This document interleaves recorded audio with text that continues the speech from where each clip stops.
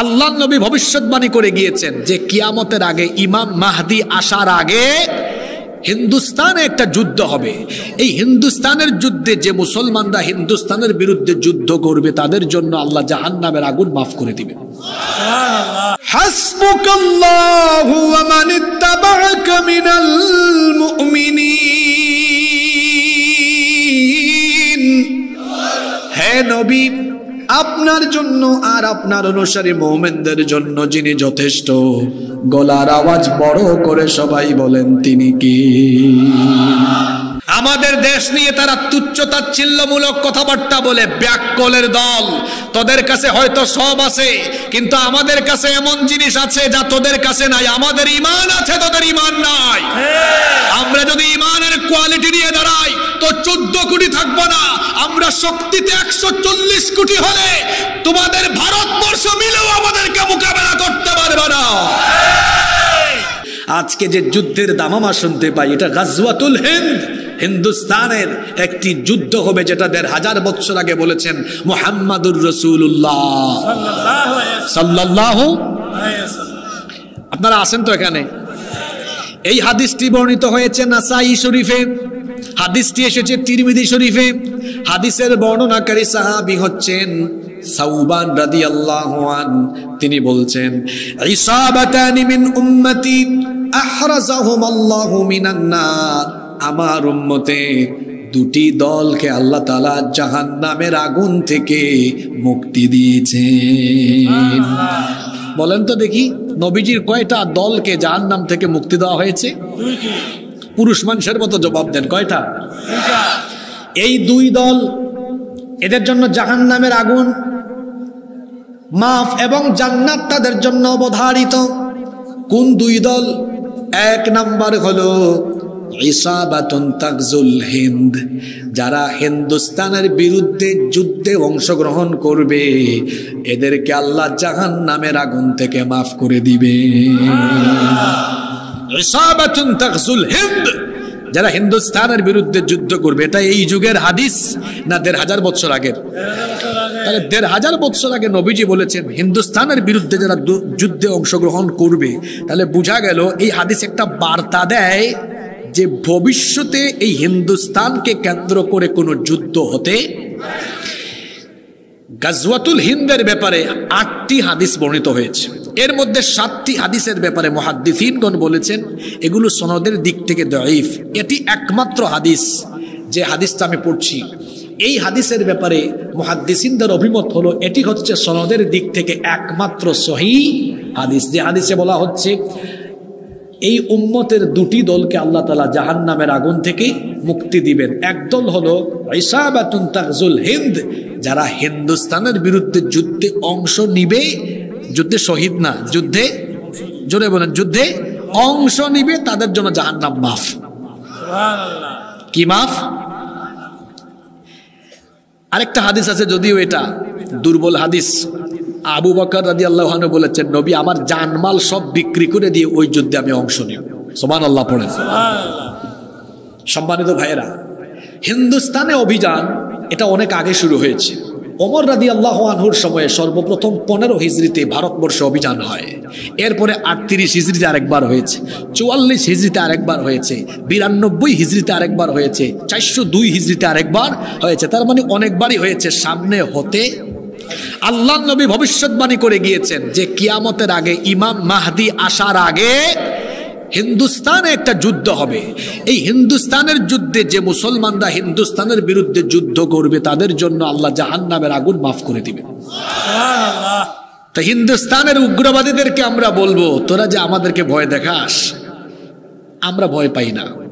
কারণ রসুল আমাদেরকে বার্তা দিয়ে গিয়েছেন আমরা যুদ্ধ প্রিয় জাতি নই, আমরা শান্তি প্রিয় জাতি, আমরা ডিফেন্সিভ, আমরা কাউকে আগে আক্রমণ করি না, তবে আক্রান্ত হয়ে গেলে কাউকে আমরা ছাড় দিতে জানি না।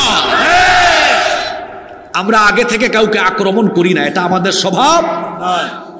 কিন্তু আমি ঘুমিয়ে আছি আর আপনি আমার কানের কাছে এসে খুঁচাবেন, তাহলে কিন্তু খবর আছে। একটা সিংহ ঘুমিয়ে থাকলে তো ভালো, ঘুমিয়ে আছে, ঘুমিয়ে থাকতে দেন। কেউ যদি ঘুমিয়ে থাকা সিংহের কানের কাছে এসে খুচাখুচি করে আর সিংহ যদি জেগে উঠে, খবর আছে না নাই? মুসলমান হলো সিংহের জাতি। 14 কোটি মুসলমান এই বাংলাদেশে আছে। আমরা পরমত সহিষ্ণু, পরধর্ম সহিষ্ণু, আমরা সম্প্রীতি মেনটেন করে চলাফেরা করি। এদেশে আমরা অন্যান্য ধর্মের ভাই বোনদেরকে সম্মান করি, ভালোবাসি। আমরা এই দেশে মিলেমিশে বসবাস করছি। এরপরেও কেউ যদি আমার দেশের এই সম্প্রীতি নষ্ট করে স্বাধীনতা সার্বভৌমত্বের গায়ে আঘাত কিংবা আমার দেশের মানচিত্রের গায়ে কুনজর দেয়, আমরা বসে থাকবো না। সিংহের মতো যদি আমরা গর্জে উঠি, তাহলে তারা বলে আমাদের মানচিত্র তারা টুকরা টুকরা করবে।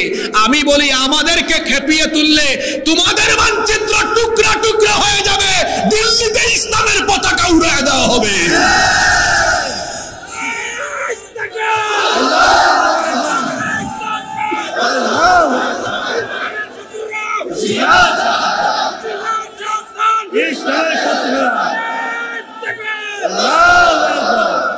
সম্মানিত ভাইয়েরা, দাঁড়ান, স্লোগান আর দিয়েন না, আমি লাইনে তুলে একবারে দিই, পরে 2-3 মিনিট একবারে দিয়েন। আমার কথা এখনো বাকি আছে। কমিটি আমাকে উঠাইছে 11টায়, তারা গতকাল দেখা করছে বলছে 10টায়। এই 11টার পরে আমরা আলোচনার আখিরি দিকে, শেষ দিকে থাকি। এতগুলা মানুষ শীতের রাতে এত দূর থেকে এসেছে, এত রাত করবেন না আপনারা। আর আপনারা এখন আর স্লোগান দিয়েন না, একটু পরে একবারে লাইনে তুলে দিব, একবারে মাইরা দিবেন, ঠিক আছে? তাহলে বলছিলাম, আল্লাহ রসুল বলেছেন যে আমার উম্মতের 2 দলকে আল্লাহ তাআলা জাহান্নাম থেকে মুক্তি দিবেন। সুবহানাল্লাহ। এক দল যারা হিন্দুস্তানের বিরুদ্ধে যুদ্ধে অংশ নেবে। ও যুবক ভাইয়েরা, ৩৬ জুলাইয়ের যুবক ভাইয়েরা, হিন্দুস্তানিদের হুঙ্কারে এই যুবকরা ভয় পাবে না।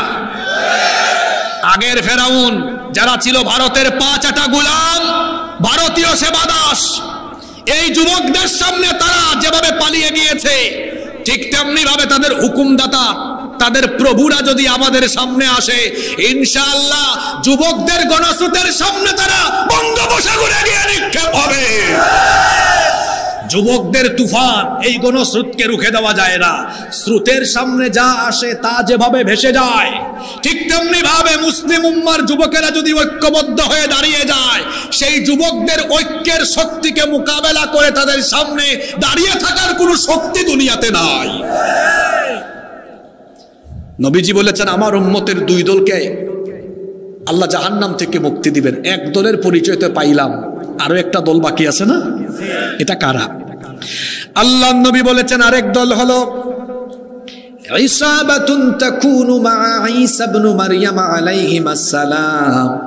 আরেক দল হলো যারা ঈসা আলাইহিস সালামের অনুসারী হয়ে, ঈসা আলাইহিস সালামের সাথী হয়ে, ঈসা আলাইহিস সালামের সৈন্য হয়ে দাজ্জালকে যারা মোকাবেলা করবে, ঈসা আলাইহিস সালামের অনুসারী সাথী সেই সৈন্যদেরকেও আল্লাহ তাআলা জাহান্নামের আগুন থেকে মুক্তি দিয়েছে। দেখি তো বলেন, পৃথিবীর একজন নবীর এখনো মৃত্যু হয় নাই, ওই নবীর নাম কি? যদিও খ্রিস্টানদের আকীদা হলো তারা বলে ঈসা আলাইহিস সালামকে তারা শুলে চড়িয়ে হত্যা করেছে, কিন্তু আল্লাহর কোরআন আমাদেরকে বলে তারা যাকে শুলে চড়িয়ে হত্যা করেছে তিনি ঈসা ছিলেন না, তিনি ছিলেন মিস্টার মিসা। কারণ তারা যে সৈন্যরা ঈসা আলাইহিস সালামকে ধরার জন্য ঘরে ঢুকেছিল, তাদের সৈন্যদের একজনকে আল্লাহ ঈসা নবীর সুরত দিয়েছেন। আল্লাহর জন্য এটা কঠিন না সহজ? ঈসা আলাইহিস সালামকে আল্লাহ আসমানে উঠায় নিয়েছেন। প্রশ্ন হতে পারে আল্লাহ কেন ঈসা আলাইহিস সালামকে আসমানে উঠালেন? 2 কারণ। 1 নাম্বার কারণ আল্লাহ তার নবীর হেফাজত করেছেন, আর 2 নাম্বার কারণ হলো তিনি দোয়া করেছিলেন আল্লাহ আমার পরেই তো দুনিয়ায় আখিরি নবী চলে আসবেন, এই নবীর উম্মতের মর্যাদা অনেক বেশি, সুতরাং অবশ্যই তুমি আমাকে এই নবীর উম্মত বানাও। আল্লাহ বললেন ঠিক আছে ঈসা, আমি তোমার ফরিয়াদ কবুল করলাম, তোমাকে মৃত্যু না দিয়ে আমি আল্লাহ তাআলা তোমাকে ওই নবীর উম্মত হিসাবে দুনিয়ায় আবার পাঠিয়ে দিব। তিনি কি আসবেন না? আসবেন। ওই যে সিরিয়াও বিজয় হয়ে গেছে, ইমাম মাহদি আসার আলামত কিন্তু প্রকাশ পাচ্ছে। এই সিরিয়া হবে, এই যে বর্তমান সিরিয়া, তারপর আপনার ফিলিস্তিন, তারপরে লেবানন, জর্ডান। কয়টা দেশের নাম বলেছি আমি? 4টা। সিরিয়া, ফিলিস্তিন, লেবানন, জর্ডান। এই 4টা দেশ মিলে রসুলের যুগে এক দেশ ছিল, যে দেশের নাম ছিল শাম। যে দেশের নাম ছিল, হাদিসের কিতাব খুলে দেখেন আলেমরা বসে আছেন এখানে, আল্লাহ রসুল এই শামের জন্য দোয়া করেছেন, আল্লাহুম্মা বারিক লানা ফি শামিনা ওয়া ফি ইয়ামানিনা, হে আল্লাহ আপনি আমাদের শামে ইয়ামেনে বরকত দেন। সুবহানাল্লাহ। এই সিরিয়াকে কোরআনে বলা হয়েছে আরদুল মুকাদ্দাসা, মানে শামের অঞ্চলকে বলা হয়েছে পবিত্র ভূমি। আল্লাহ রসুল হাদিসে বলেছেন এটি হবে আরদুল মাহশারি ওয়াল মানশার, এটি হবে কিয়ামতের ময়দান।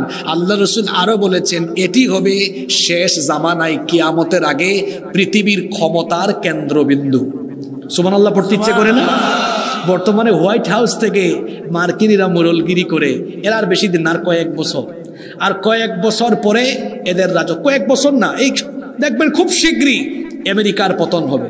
বলবেন হুজুর এটাকে আবেগী কথা না, হাসিবুর রহমান চাপাবাজির কোনো কথা বলে না, আলেমদেরকে সাক্ষী রেখে বলছি। ওনাদেরকে জিজ্ঞেস করেন কিয়ামতের আগে পৃথিবীতে বড় বড় 3টা ভূমিকম্প হবে। কয়টা ভূমিকম্প হবে? আমি ভুল বললে হুজুররা আমাকে শুধরে দিবেন। কয়টা ভূমিকম্প? সালাসাতু খুসুফুন ফিল আরদ, 3টা ভূমিকম্প হবে। কোন কোন জায়গায় হবে নবীজি বলে দিয়েছেন এটা। খাসফুন বিল মাশরিক, একটা পৃথিবীর পূর্ব দিকের দেশগুলোতে হবে। ও খাসফুন বিল মাগরিব, আরেকটা পৃথিবীর পশ্চিম দিকের দেশগুলোতে হবে। আর 3 নম্বর আরেকটা হবে ও খাসফুন বিজাজিরাতুল আরব, জাজিরাতুল আরবে আরেকটা হবে। হবেই তো, দেখেন না? হ্যাঁ, সালমানের পুলা মুহাম্মদ যা শুরু করেছে, এদের পতন সামনে আছে। তো এই যে 3 জায়গার ভূমিকম্প, পূর্ব, পশ্চিম আর জাজিরাতুল আরব। এখন আপনারা ওয়ার্ল্ড ম্যাপ, বিশ্ব মানচিত্র তো আপনাদের জানা আছে, পশ্চিমে কোন দেশ? পশ্চিমে কোন দেশ? আমেরিকা। আর তার কিছু দূষর আরো আছে না, যারা এখন পৃথিবীতে বড়াই করে। আল্লাহ রসুলের হাদিস অনুযায়ী এটা যদি জেন জি দেখে, দেখবে, না দেখলে আলফা জেনারেশন, না দেখলে 15 জেনারেশন, ইউটিউবে এই কথা থাকবে, তারা যেন রসুলের হাদিসের সত্যতা মিলিয়ে নেয়। খুব শীঘ্রই আমেরিকা অর্থাৎ পশ্চিমের দিকে থাকা এই দেশ মাটির তলায় দাবিয়ে দেওয়া হবে। ঠিক না? বলেন আল্লাহু আকবার। কুরআন আর এই কি বলে রসুলের হাদিস ঠিক বেঠিক করার আপনি কে? মাহফিলগুলোকে আপনারা রাগ করবেন না আমার কথায়। এই যে আমি দীর্ঘ 1 ঘন্টার উপরে বক্তব্য রাখছি, আমি কি একবারও বলেছি ঠিক কিনা?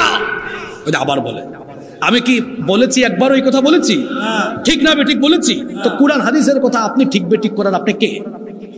বরং আমি দেখবেন আলোচনায় ফাঁকে ফাঁকে কিছুক্ষণ পর বলে সুবহানাল্লাহ, আল্লাহু আকবার। কেন? এই ঠিক ঠিক বললে সওয়াব হয় না, সুবহানাল্লাহ বললে সওয়াব হয়, আল্লাহু আকবার বললে সওয়াব হয়। সুবহানাল্লাহ, আবারও ঠিক সুবহানাল্লাহ, আল্লাহু আকবার বলেন সুবহানাল্লাহ। মাহফিলের এই পরিস্থিতি পাল্টা সংস্কারের জন্য আমরা উদ্যোগ নিচ্ছি। যেমন আগামী বছরের সিদ্ধান্ত আমার, আমি এই উত্তরবঙ্গে বড়জোর হাতে গোনা কয়েকটা মাহফিলে আসবো, খুব শর্তারূপ করে আসবো। 9টার আগে আমাকে স্টেজ দিতে হবে। এই শর্তে যারা মাহফিল নেবেন, বড়জোর হাতে গোনা মাত্র কয়েকটা প্রোগ্রাম করব। এত মাহফিলের দরকার নাই, গুছালো কিছু প্রোগ্রাম, গুছালো কিছু কথাবার্তা মানুষের জীবন পরিবর্তনের জন্য যথেষ্ট। দীর্ঘদিনের অভ্যাস তো, পাল্টাইতে একটু সময় লাগবে, অসুবিধা নাই। সম্মানিত ভাইয়েরা আমার দিকে তাকান, গুরুত্বপূর্ণ কথা চলে যাচ্ছে।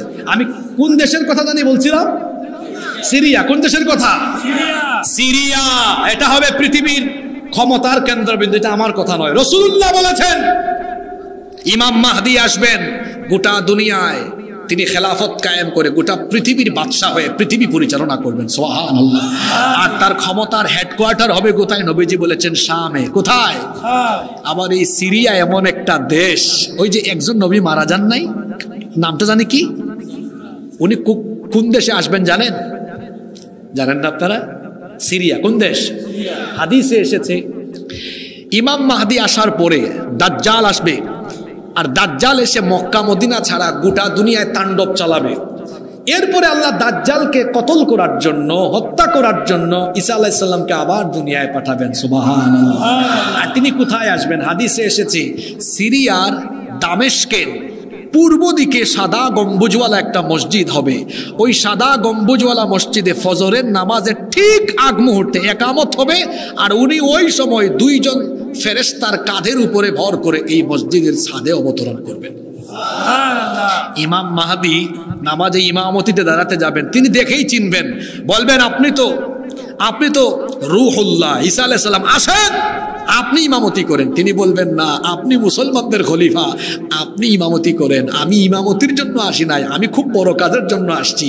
নামাজ শেষ করার পরে তিনি দাজ্জালকে বাবেলুদে গিয়ে হত্যা করবেন। আল্লাহ নবী বলেছেন ঈসা আলাইহিস সালাম দুনিয়াতে আসার পরে দাজ্জালের বিরুদ্ধে যে সেনাবাহিনী গঠিত হবে, ওই সেনাবাহিনীতে ঈসা নবীর সাথে যারা থাকবে বিনা হিসাবে বিনা বিচারে তারা জান্নাত পাবে।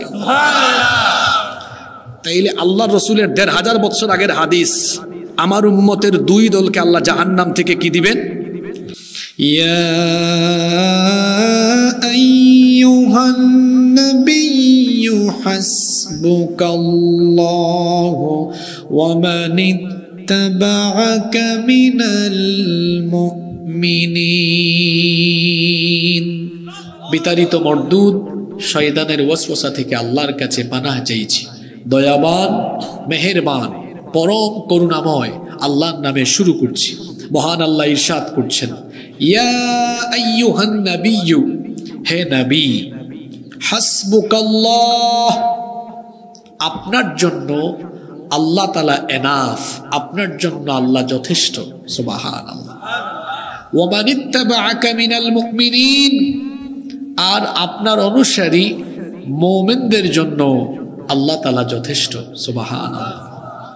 এই আয়াতের পুরো আয়াতের তর্জমা একসাথে করলে এরকম হয়, হে নবী, আপনি এবং আপনার অনুসারী মুমিনদের জন্য আল্লাহ তাআলা যথেষ্ট। সুবহানাল্লাহ। আমরা এই আয়াতের অন্তর্ভুক্ত, কারণ এখানে আমাদেরকেও বলা হচ্ছে, আমরা তো মুমিন, তো মুমিনদের ব্যাপারে বলা হচ্ছে মুমিনদের জন্য যিনি যথেষ্ট তিনি কে? এটা কত বড় পাওয়ারফুল একটি কথা যে আল্লাহ নবী এবং ইমানদারদের জন্য যথেষ্ট। আল্লাহ যদি কারো সাথে থাকেন, ওই ব্যক্তিকে মোকাবেলা করার কোনো শক্তি কি দুনিয়ায় আছে? আল্লাহ যদি কারো সাথে থাকেন, ওই ব্যক্তির শক্তি বেড়ে যায়, তাকে কোনো প্রকার ক্ষতি করা কিংবা তাকে মোকাবেলা করার মতো দুনিয়ায় কিছু আর থাকে? আল্লাহ যার সাথে থাকেন, কোনো কিছু কিংবা কেউ তার কোনো ক্ষতি করতে পারে না, তাকে ধ্বংস করে দিতে পারে না, কারণ আল্লাহ যার সাথে থাকবে তার শক্তি বেড়ে যাবে না কমে যাবে।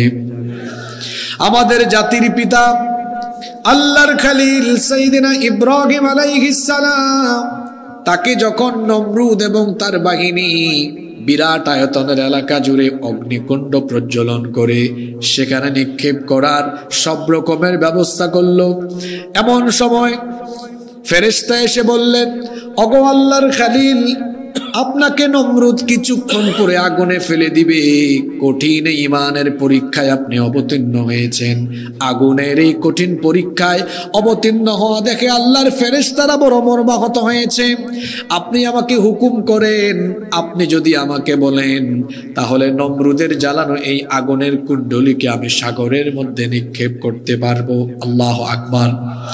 জাতির পিতা তখন বললেন, হে আল্লাহর ফেরেশতা, তুমি কি নিজের ইচ্ছায় আমাকে হেল্প করতে এসেছো, না আল্লাহ তোমাকে হুকুম করেছেন? ফেরেশতা তখন বললেন, আল্লাহ আমাকে হুকুম করেন নাই, আমি নিজের ইচ্ছায় আপনাকে সাহায্য করার জন্য এগিয়ে এসেছি। ইব্রাহিম আলাইহিস সালাম তখন বললেন, মহান আল্লাহ যদি তোমাকে আদেশ না করেন, নিজে নিজে যদি তুমি স্বেচ্ছায় আমার সাহায্যের জন্য এগিয়ে আসো, শোনো, আমি আমার আল্লাহর দ্বীনের পথে থাকার কারণে আজ নমরুদের আগুনের পরীক্ষায় অবতীর্ণ হয়েছি। আমার আল্লাহ যদি তোমাকে হুকুম না করেন, তোমার মতো ফেরেশতার সাহায্য আমার দরকার নাই। তার কারণ হলো হাসবুনাল্লাহু ওয়া নি'মাল ওয়াকিল, আমার জন্য ওই আল্লাহ যথেষ্ট, তিনি আমার উত্তম অভিভাবক। সুবহানাল্লাহ পড়েন।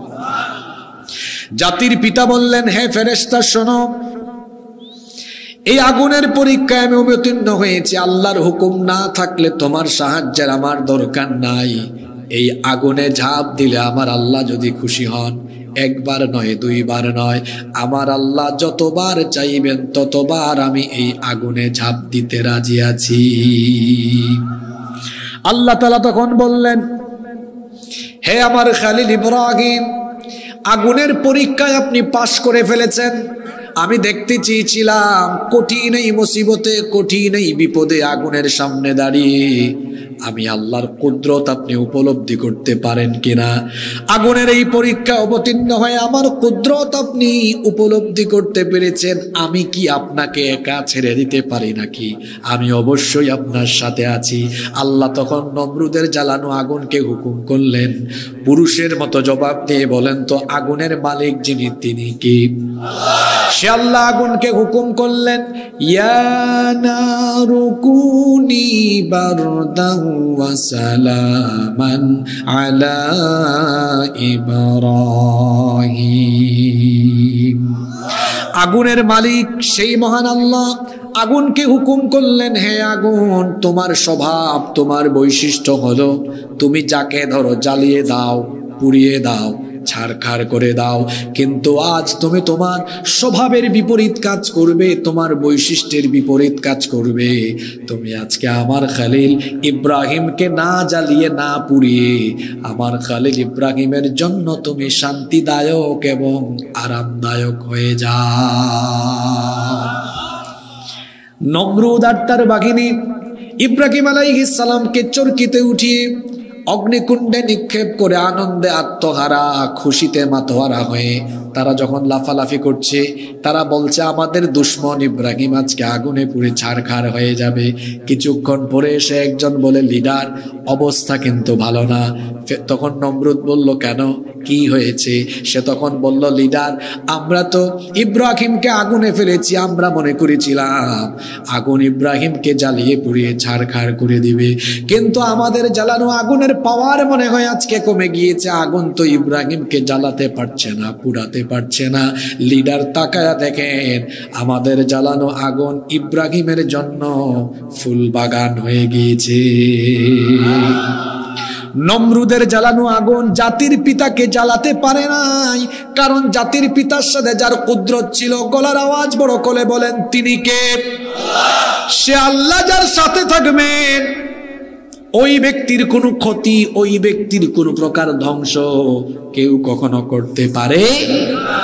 ওইদিকে মুসা আলাইহিস সালাম তিনি তার উম্মত বনি ইসরাইল নিয়ে বড় পেরেশানিতে পড়ে গেলেন, কারণ ফেরাউন তার উম্মতের উপরে অবর্ণনীয় জুলুম নির্যাতন আরম্ভ করেছে। তিনি তার উম্মতকে কেমনে নাজাতের পথ দেখাবেন অস্থির হয়ে গেলেন, পেরেশান হয়ে গেলেন। আল্লাহ তাআলা হুকুম করলেন, হে আমার নবী মুসা, তুমি তোমার উম্মতকে নিয়ে রাতের অন্ধকারে মিশর ছেড়ে চলে যাও। এবার রাতের অন্ধকারে তিনি তার উম্মত নিয়ে রাতের বেলা অজানা গন্তব্যে রওনা করলেন। সারা রাত পথ চলতে লাগলেন। ওইদিকে ফেরাউনের কানে এই খবর চলে গেল। ফেরাউন তার বাহিনী নিয়ে পেছন থেকে ধাওয়া আরম্ভ করলো। মুসা নবী সারা রাত পথ চলতে চলতে দিনের বেলা তিনি লোহিত সাগরের সামনে গিয়ে পৌঁছালেন। তখন তার অধৈর্য এই উম্মত বনি ইসরাইল বলল, মুসা, কোথায় নিয়ে এসেছো? তুমি তো বলেছিলে আমাদেরকে নাজাতের পথ দেখাবে, এটা তো নাজাতের কোনো পথ নয়। তাকিয়ে দেখো সামনে সাগর, এই সাগর আমরা কেমনে ক্রস করব, কেমনে অতিক্রম করব? এই কথাগুলো বলতে বলতে হঠাৎ করে তারা পিছনে তাকিয়ে দেখলো পিছনে ফেরাউনের বাহিনী চলে এসেছে। অধৈর্য এই উম্মত বনি ইসরাইল তখন বলল, মুসা, তুমি তো আমাদেরকে নাজাত দিতে আনো নাই, বরং মিশর থেকে আমাদেরকে মৃত্যুর পথে ডেকে এনেছো। তাকিয়ে দেখো সামনে হলো সাগর, পিছনে ফেরাউনের বাহিনী, সামনে গেলেও মরণ, পিছনে গেলেও মরণ, কোথায় আমাদেরকে নিয়ে আসলে? মুসা, তাকিয়ে দেখো ফেরাউনের বাহিনীর দিকে, প্রত্যেকের হাতে তীর আছে, বল্লম আছে, প্রত্যেকের হাতে মরণাস্ত্র আছে, তলোয়ার আছে। মরণাস্ত্র তার যে অস্ত্র দিয়ে মানুষ মারা যায়, এই রকম অস্ত্র তাদের প্রত্যেকের হাতে আছে। অস্ত্রে শস্ত্রে সজ্জিত হয়ে তারা এসেছে, তাদের সবার কাছে সব রকমের মরণাস্ত্র আছে। এবার মুসা তাকাও আমাদের দিকে, আমাদের সাথে কিন্তু তেমন কিছুই নাই। কঠিন এই মুসিবতের সময় মুসা নবী তার অধৈর্য এই উম্মতকে এমন এক কথা বললেন, আল্লাহ তাআলা তার সেই কথাটাকে কোরআনে কারীমের আয়াত বানিয়ে দিলেন। তিনি তখন তার উম্মতকে বললেন, কাল্লা ইন্না মাইয়া সায়াদিন। কখনো নয়, কে বলেছে আমাদের সাথে কেউ নাই? ইন্না মাইয়া রাব্বি, নিশ্চয়ই আমাদের সাথে যিনি আছেন তিনি আমাদের রব। তিনি কে? আল্লাহর সাথে থাকলে আর কিছু লাগে? কথা বলেন, লাগে? আল্লাহ বললেন, মুসা তোমার ঈমান তো বড় সাংঘাতিক, সামনে সাগর, সামনে গেলে মরণ, পিছনে ফেরাউনের বাহিনী, সেখানেও মরণ, কিন্তু এই অবস্থায় তুমি তোমার ঈমানের উপরে অটল অবিচল থেকে আমি আল্লাহর কুদরতের আশায় আমার কুদরতের উপলব্ধি তুমি করতে পেরেছো।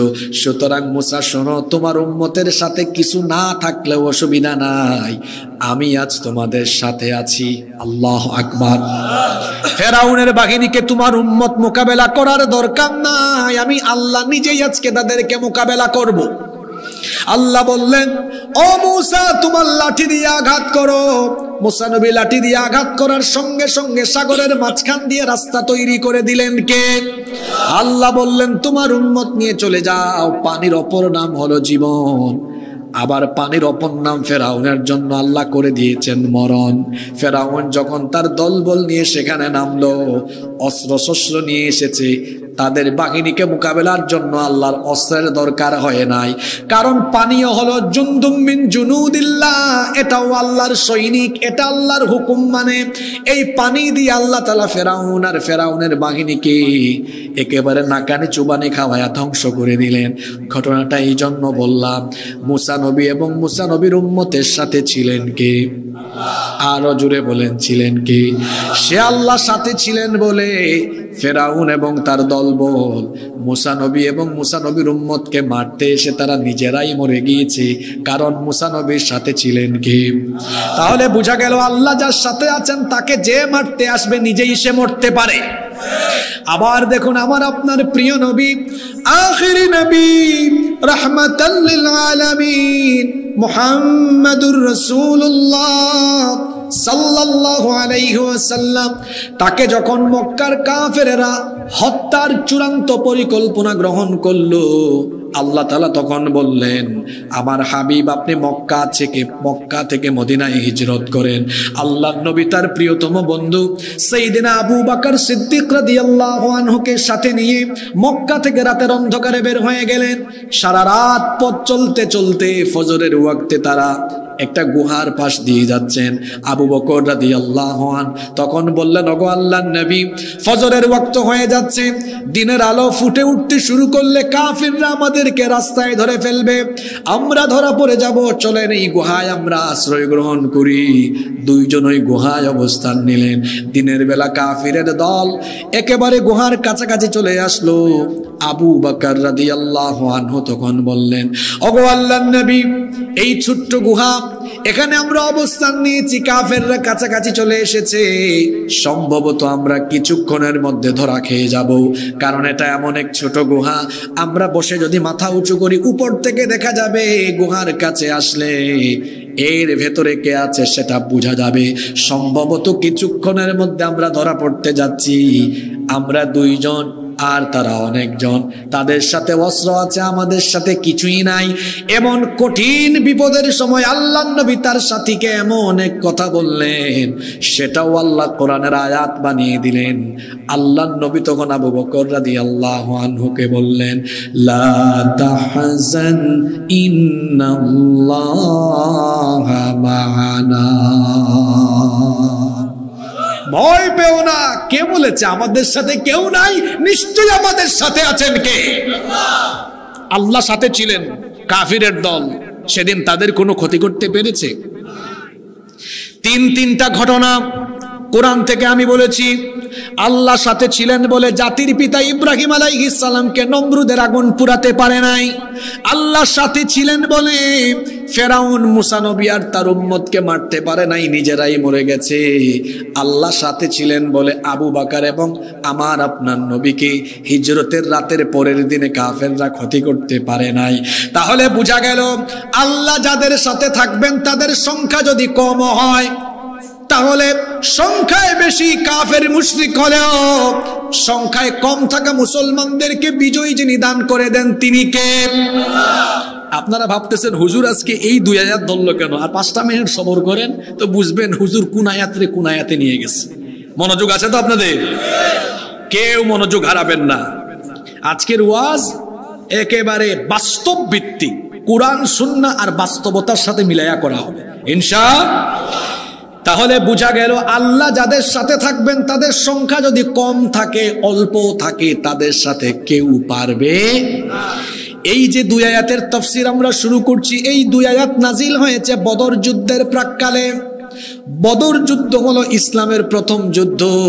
এই যুদ্ধ ছিল বড় কঠিন একটা যুদ্ধ, অসম যুদ্ধ, যেখানে মুসলমানরা সব দিক থেকে কম, কাফেররা সব দিক থেকে বেশি, মুসলমানরা সব দিক থেকে পিছিয়ে, কাফেররা সব দিক থেকে এগিয়ে। অসম একটা যুদ্ধ ছিল। আসেন কোয়ান্টিটি, সংখ্যা, পরিমাণ, কাফেরদের সংখ্যা 1000, মুসলমানদের সংখ্যা মাত্র 313। আসেন ট্রেনিং নিয়ে কথা বলি। কাফিরদের 1000-এর সবার ট্রেনিং আছে, ট্রেনিং প্রাপ্ত বাহিনী। মুসলমানদের 313 জনের তেমন কোনো ট্রেনিং নাই। কাফেরদের যুদ্ধের রসদ বেশি, মুসলমানদের যুদ্ধের রসদ কম। কাফিরদের উট বেশি, ঘোড়া বেশি। সেই সময়ে যুদ্ধের বাহন ছিল উট আর ঘোড়া। কাফিরদের উটও বেশি, ঘোড়াও বেশি। মুসলমানদের উট কম, ঘোড়া কম। কাফিরদের অস্ত্র বেশি, তাদের কাছে তীর আছে, বল্লম আছে, তলোয়ার আছে। মুসলমানদের কাছে মাত্র কিছু অস্ত্র আছে, আর অনেকের হাতে আছে গাছের ডাল। গাছের, দেখেন তো আমার দিকে তাকান। অর্থবল, সৈন্যবল, জনবল, রসদ, বাহন। যুদ্ধে বিজয়ী হওয়ার জন্য এই 5টা উপাদান গুরুত্বপূর্ণ। আবার বলি, জনবল, অর্থবল, সৈন্যবল, রসদ, বাহন। সবগুলো দিক দিয়ে কাফিররা এগিয়ে, মুসলমানরা পিছিয়ে। সব দিক দিয়ে সবকিছুর সংখ্যা মুসলমানদের বেশি, কিন্তু সব দিক থেকে কাফিরের সংখ্যা বেশি, মুসলমানদের সংখ্যা কম। আল্লাহর নবী 313 জন বদরি বাহিনী নিয়ে বদরের ময়দানে যখন সমবেত হলেন, আল্লাহর নবী মুসলমানদেরকে বললেন, ও ঈমানদারেরা, ভীত হয়ো না, সন্তুষ্ট হয়ো না।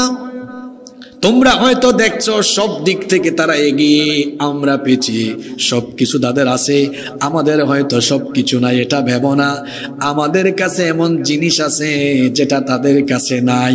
আমাদের কাছে সবচেয়ে বড় অস্ত্র আছে যেটা তাদের কাছে নাই। আমাদের ঈমান আছে, ওদের ঈমান নাই। আমরা যদি ঈমান নিয়ে দাঁড়াতে পারি, কোয়ান্টিটি নয়, ঈমানের কোয়ালিটি থাকার কারণে বদরের যুদ্ধে যিনি আমাদেরকে সাহায্য পাঠাবেন তিনি কে? কোরআনে কারীমের 3 নম্বর সূরা, সূরা আলে ইমরানের 123 নম্বর আয়াতে আল্লাহ বলছেন, ওয়ালাকাদ নাসারাকুমুল্লাহু বিবাদরিন ওয়া আনতুম আযিল্লাহ ফাত্তাকুল্লাহা লাআল্লাকুম তাশকুরুন। আর অবশ্যই আল্লাহ তোমাদেরকে বদরে সাহায্য করেছেন যখন তোমরা ছিলে সংখ্যায় কম। নবী যখন বললেন সংখ্যায় কম হোক, কোনো অসুবিধা নাই, তোমরা যদি ইমানের কোয়ালিটি নিয়ে দাঁড়াতে পারো। কোয়ান্টিটি গুরুত্বপূর্ণ নয়, কোয়ালিটি থাকলে কোয়ান্টিটির উপরে কোয়ালিটি বিজয়ী হয়। আল্লাহর নবী তখন সাহাবীদেরকে বললেন, ভয় পেও না, ইমানের অস্ত্র নিয়ে আজ যদি যুদ্ধের ময়দানে শুধু দাঁড়াতে পারো, তোমরা মোকাবেলা করা লাগবে না। আল্লাহ তাআলা কাফিরদেরকে মোকাবেলার জন্য আমাদের পক্ষে ফেরেশতা পাঠায়া দিবেন। পরবর্তী আয়াত 124 নম্বর আয়াতে সেটাই স্মরণ করিয়ে দিলেন আল্লাহ। আল্লাহ বললেন, ইয তাকুলু লিল মুমিনিনা আলাইয়াকফিয়াকুম আইয়ুমিদ্দাকুম রাব্বুকুম বিসালাসাতি আলাফিম মিনাল মালাইকাতি মুনজালিন। স্মরণ করুন যখন রাসূল মুমিনদেরকে বললেন, এটা কি তোমাদের জন্য যথেষ্ট নয়?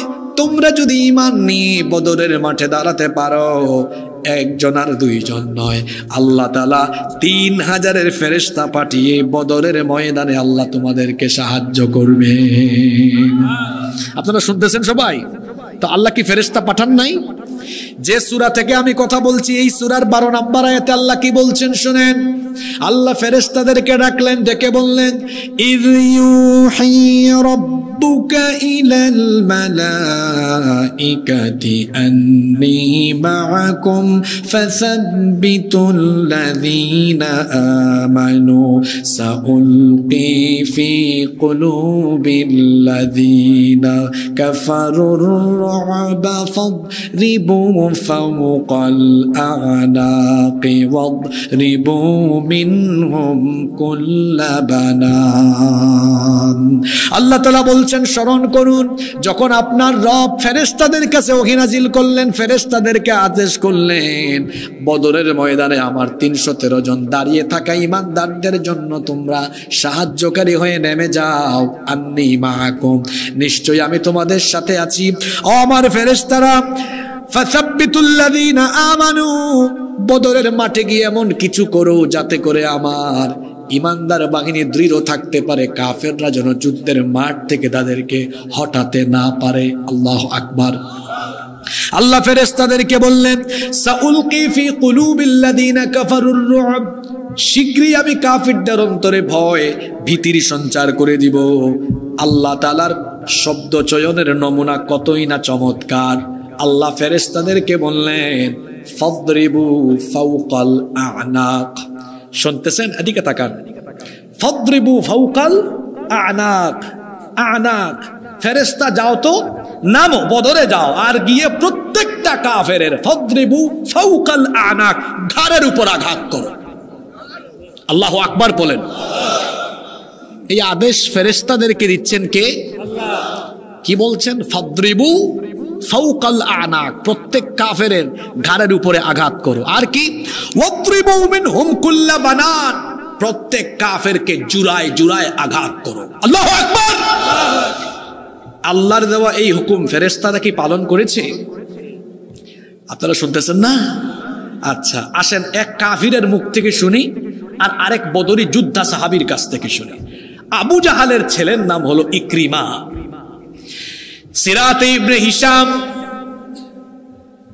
রাহিকুল মাখতুম, রাহমাতাল লিল আলামিন, সিরাতে আরাবী, আল বিদায়া ওয়ান নিহায়া সহ অনেকগুলো সিরাতের গ্রন্থ এবং আল বিদায়া ওয়ান নিহায়ার মতো ঐতিহাসিক এই গ্রন্থে বর্ণনা করা হয়েছে, আবু জাহালের ছেলে ইকরিমা সে বলছে, বদরের ময়দানে আমরা 1000-এর বিরাট বাহিনী নিয়ে আমরা আনন্দের সাথে এগিয়ে যাচ্ছিলাম। মাত্র 313 জন দুর্বল মুসলমানকে আমরা কয়েক মিনিটেই খতম করে দিব।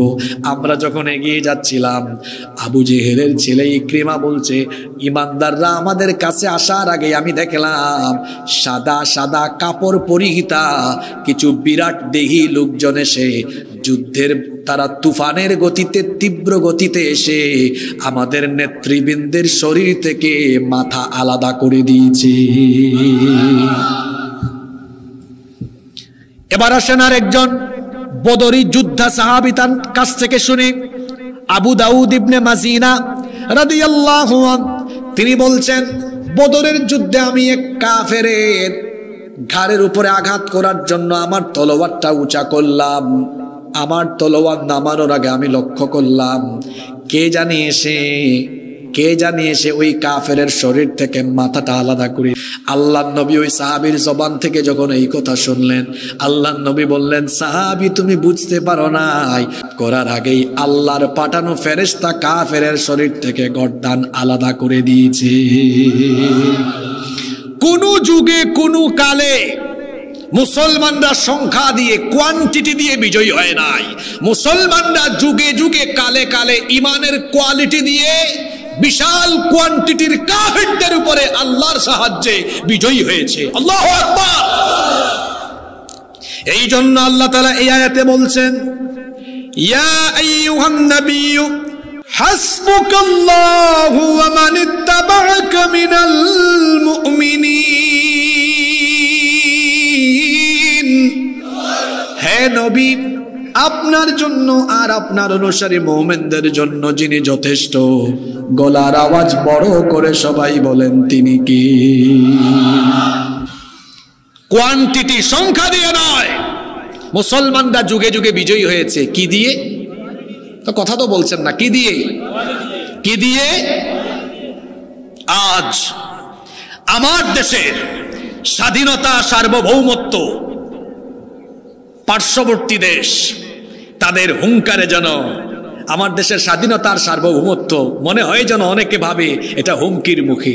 ওরা মনে করে আমাদের সংখ্যা কম, তারা আমাদেরকে শেষ করে ফেলবে, দাদাগিরি প্রভুগিরি দেখায়। নিতে নিতে দেখেন না একদম আপনাদের রংপুর, এই যে রংপুর, বৃহত্তর রংপুর বিভাগ নিয়ে ফেলতে চায়।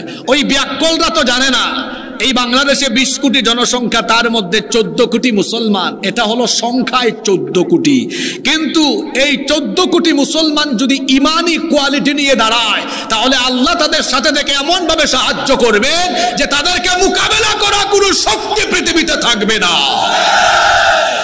মনোযোগ আছে আপনাদের? আমি কিন্তু মূল জায়গায় নিয়ে আসছি আপনাদেরকে, এখন আর জিমাইলে হবে না। মনোযোগ আছে? কেন পারবে না তার কারণ পরের আয়াতে চলে এসছে, 65 নম্বর আয়াত। কেন পারবে না? কারণ ইমানদার যখন তার ইমানি কোয়ালিটি নিয়ে দাঁড়ায় তাকে আল্লাহ এমন শক্তি দান করেন, এই শক্তির মোকাবেলা করার কোন সাহস দুনিয়ার কারো থাকে। আল্লাহ কি বলছেন পরের আয়াতে শুনেন, ইয়া আইয়ুহান নাবিয়্যু হাররিদিল মুমিনিনা আলাল কিতাল। হে নবী, মুমিনদেরকে আপনি যুদ্ধের ব্যাপারে এনকারেজ করেন, যুদ্ধের ব্যাপারে উৎসাহিত করেন। কি চমৎকার শব্দ চয়ন! আল্লাহ বললেন হাররিদ, আপনি মুমিনদেরকে উৎসাহিত করেন। মুমিনরা যুদ্ধের কথা শুনলে ভয় পায় না, বরং মুমিনরা যুদ্ধের কথা শুনলে উদ্বুদ্ধ হয়, উদ্বেলিত হয়, আনন্দিত হয়, প্রফুল্লিত হয়। যুদ্ধের কথা শুনলে মুমিনরা আনন্দিত হয় 2 কারণে। জোরে বলেন কয়টা কারণে? 1 নম্বর কারণ হলো যুদ্ধের ময়দানে মুমিন শহীদ হওয়ার সুযোগ আছে। আর শাহাদাতের মৃত্যু হলো এমন এক মৃত্যু, যেই ব্যক্তি যুদ্ধের ময়দানে আল্লাহর পথে শহীদ হবে, আল্লাহ তাআলা ওই শহীদের কাছ থেকে কোনো হিসাব চাইবেন না, আল্লাহ তার কোনো বিচারও করবেন না। বিনা হিসাবে, বিনা বিচারে আল্লাহ তাকে জান্নাত দিয়ে দিবে। তাহলে যুদ্ধের কথা শুনলে, যেই যুদ্ধে শহীদ হওয়ার সুযোগ আছে, যুদ্ধ শুনলে কি ইমানদাররা ভয় পায় নাকি? এজন্য আপনারা জানেন বহু সাহাবী সুন্দরী স্ত্রী বিয়ে করে বাসর ঘর করে নাই, যুদ্ধের নাম শুনছে, বুঝছে এখনই শহীদ হওয়ার চান্স এসেছে, নতুন বউ ফেলে রেখে যুদ্ধের ময়দানে লড়াই করে শাহাদাতের সুধা পান করেছে। আল্লাহু আকবার! আপনারা তো একজন সাহাবীর নাম জানেন খালি, হানজালা রাদিয়াল্লাহু আনহু। আরো আছে হযরতে জুলাইবিব রাদিয়াল্লাহু আনহুর কাহিনী পড়বেন। কুচকুচে কালো চামড়ার অধিকারী একজন সাহাবী, তিনি এত গরিব মানুষ ছিলেন, বেটে কুচকুচে কালো। আল্লাহর নবী তাকে মদিনার বিখ্যাত এক আনসারী সাহাবীর সুন্দরী মেয়ের সাথে বিয়ে দিয়েছেন। তিনি যুদ্ধের আহ্বান যখন শুনেছেন, বাসর ঘর না করে যুদ্ধের মাঠে গিয়ে তিনি তার জীবনটাকে আল্লাহর পথে বিলীন করে শহীদ হয়েছেন। সুবহানাল্লাহ। ওই মুতার যুদ্ধের আরেকজন সাহাবী আছেন, বাসর ঘর ছেড়ে গিয়েছেন, আব্দুল্লাহ বিন রাওয়াহা। আব্দুল্লাহ বিন, কি যুবক ভাইয়েরা কি বুঝলেন? একটা যুবক আর যুবতীর সারা জীবনের আকাঙ্ক্ষার রাত এটা, বাসর রাত, ফুলসজ্জার রাত। সাহাবীরা কি বুঝেছেন? হ্যাঁ, ওই যে আমার জাতীয় কবি বলেছেন, উহারা চাহুক দাসের জীবন, আমরা শহীদি দরজা চাই। মৃত্যু মৃত্যু ভিতরা, মোরা মৃত্যু কোথায় খুঁজে বেড়াই। মোমেন মৃত্যুকে ভয় পায় না, বরং মোমেন মৃত্যুর মাধ্যমে শাহাদাতের দরজা দিয়ে প্রবেশ করে আল্লাহর জান্নাতে ঘুরে বেড়ানোর সুযোগ পায়। বলছিলাম যুদ্ধের কথা শুনলে মোমেন ভয় পায় না। 1 নম্বর কারণ, যুদ্ধের মধ্যে শহীদ হওয়ার সুযোগ আছে, আর শহীদদের আল্লাহ কোনো হিসাব করেন না, বিচারও করেন না। আল্লাহ বলেন, যাও জান্নাতের গেটটা খুলে দিলাম, তোমার যেদিকে মন চায় পুরা জান্নাত তুমি আনন্দের সাথে ঘুরে বেড়াও। 2 নম্বর কারণ, যুদ্ধে মোমেন এই জন্য ভীত হয় না, কারণ যুদ্ধে মোমেন একা থাকে না, তার সাথে যিনি থাকেন গলার আওয়াজ বড় করে বলেন তিনি কে? আল্লাহ তাআলা বলছেন, ও নবী, মুমিনদেরকে যুদ্ধের ব্যাপারে উৎসাহিত করেন, কারণ তারা যদি কোয়ালিটি নিয়ে, ইমানের কোয়ালিটি নিয়ে দাঁড়াতে পারে, আমি আল্লাহ তাদের শক্তি এমন ভাবে বাড়িয়ে দিব। খুব ভালো করে আয়াতটা শুনেন। আল্লাহ তাআলা বললেন, ইয়াকুম মিনকুম 20 সাবিরুনা ইয়াগলিবু মিআতাইন।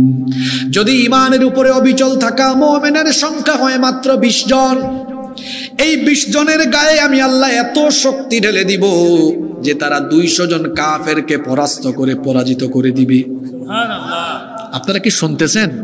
হ্যাঁ যুবক ভাইরা রেডি তো? আপনাদের জন্য সামনে একটা যুদ্ধ আছে, এই জন্য আজকে আয়াত শোনাচ্ছি, এমনি এমনি ধরে নাই এই আয়াত। তাহলে ইমানের কোয়ালিটিতে সমৃদ্ধ হওয়া 20 জন মোমেন যদি থাকে, কয়শো জনকে পরাজিত করবে? ওই সময় শক্তি দিয়ে দেন কে? আল্লাহ। এই যে আপনারা খায়বারের ইতিহাস জানেন না? খায়বার যুদ্ধে আলী রাদিয়াল্লাহু আনহু এক হাতে তলোয়ার, আরেক হাতে কি?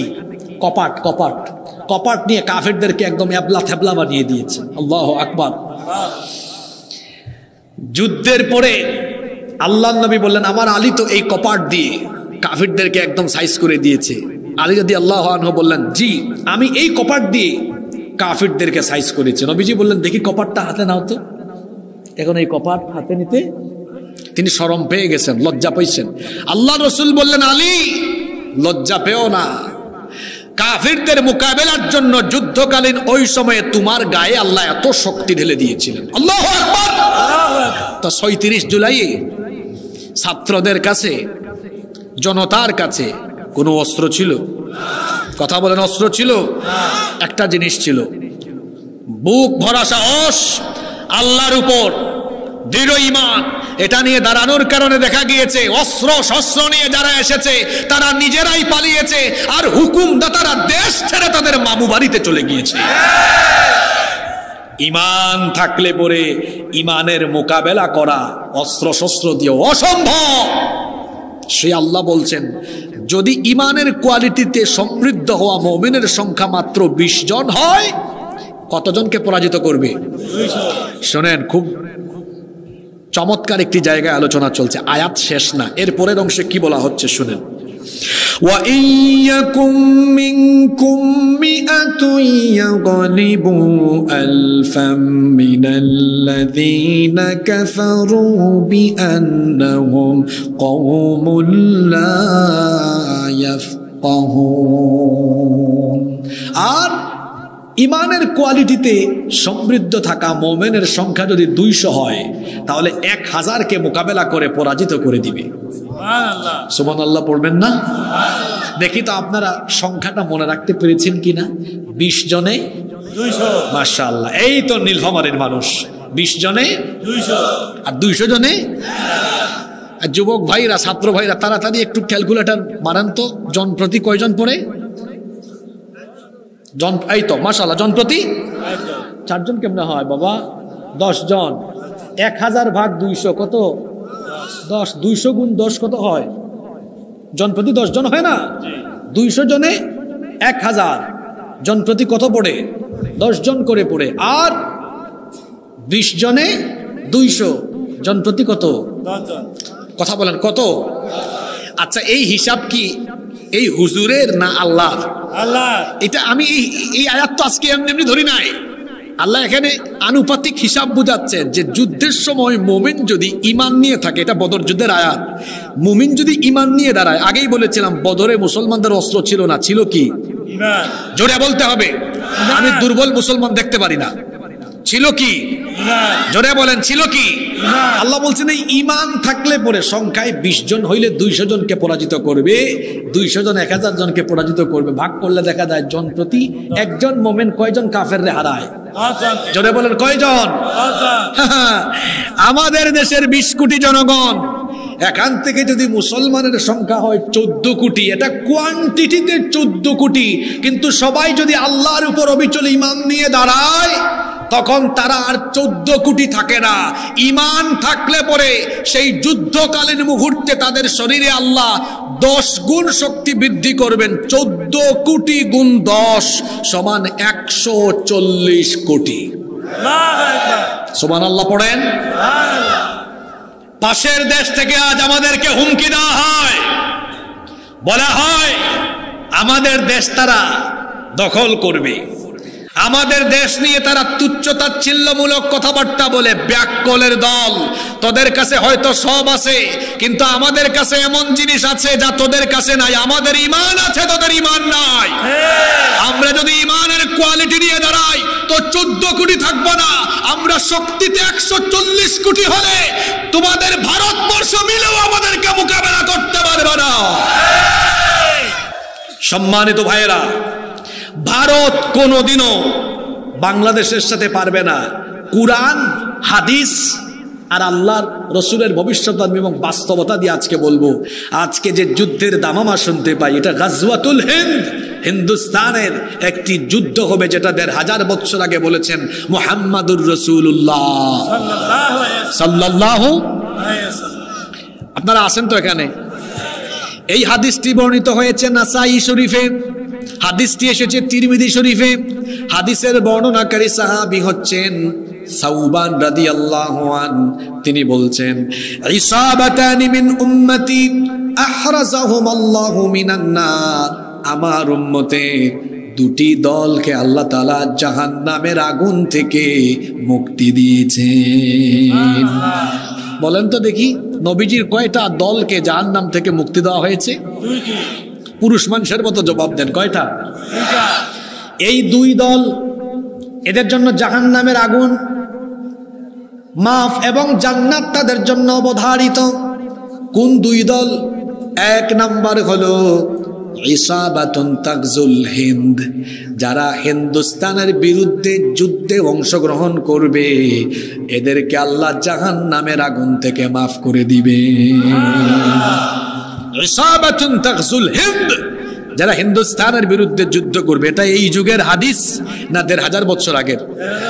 তাহলে 1500 বছর আগে নবীজি বলেছেন হিন্দুস্তানের বিরুদ্ধে যারা যুদ্ধে অংশগ্রহণ করবে। তাহলে বোঝা গেল এই হাদিস একটা বার্তা দেয় যে ভবিষ্যতে এই হিন্দুস্তানকে কেন্দ্র করে কোনো যুদ্ধ হতে। গাজওয়াতুল হিন্দের ব্যাপারে 8টি হাদিস বর্ণিত হয়েছে। এর মধ্যে 7টি হাদিসের ব্যাপারে মুহাদ্দিসিনগণ বলেছেন এগুলো সনদের দিক থেকে দাঈফ। এটি একমাত্র হাদিস, যে হাদিসটা আমি পড়ছি, এই হাদিসের ব্যাপারে মুহাদ্দিসিনদের অভিমত হলো এটি হচ্ছে সনদের দিক থেকে একমাত্র সহিহ হাদিস। যে হাদিসে বলা হচ্ছে এই উম্মতের দুটি দলকে আল্লাহ তাআলা জাহান্নামের আগুন থেকে মুক্তি দিবেন। একদল হলো ইসাবাতুন তাগজুল হিন্দ, যারা হিন্দুস্তানের বিরুদ্ধে যুদ্ধে অংশ নিবে, যুদ্ধে শহীদ না, যুদ্ধে, জোরে বলেন, যুদ্ধে অংশ নিবে, তাদের জন্য জাহান্নাম মাফ। সুবহানাল্লাহ। কি মাফ? আরেকটা হাদিস আছে, যদিও এটা দুর্বল হাদিস। আবু বকর রাদিয়াল্লাহু আনহু বলেছেন, নবী আমার জানমাল সব বিক্রি করে দিয়ে ওই যুদ্ধে আমি অংশ নিব। সুবহানাল্লাহ পড়েন। সম্মানিত ভাইয়েরা, হিন্দুস্তানে অভিযান এটা অনেক আগে শুরু হয়েছে। ওমর রাদিয়াল্লাহু আনহুর সময়ে সর্বপ্রথম 15 হিজরিতে ভারতবর্ষে অভিযান হয়। এরপরে 38 হিজরিতে আরেকবার হয়েছে, 44 হিজরিতে আরেকবার হয়েছে, 92 হিজরিতে আরেকবার হয়েছে, 402 হিজরিতে আরেকবার হয়েছে। তার মানে অনেকবারই হয়েছে। সামনে হতে আল্লাহ নবী ভবিষ্যৎবাণী করে গিয়েছেন যে কিয়ামতের আগে, ইমাম মাহদি আসার আগে হিন্দুস্তানে একটা যুদ্ধ হবে। এই হিন্দুস্তানের যুদ্ধে যে মুসলমানরা হিন্দুস্তানের বিরুদ্ধে যুদ্ধ করবে তাদের জন্য আল্লাহ জাহান্নামের আগুন মাফ করে দিবেন। সুবহানাল্লাহ।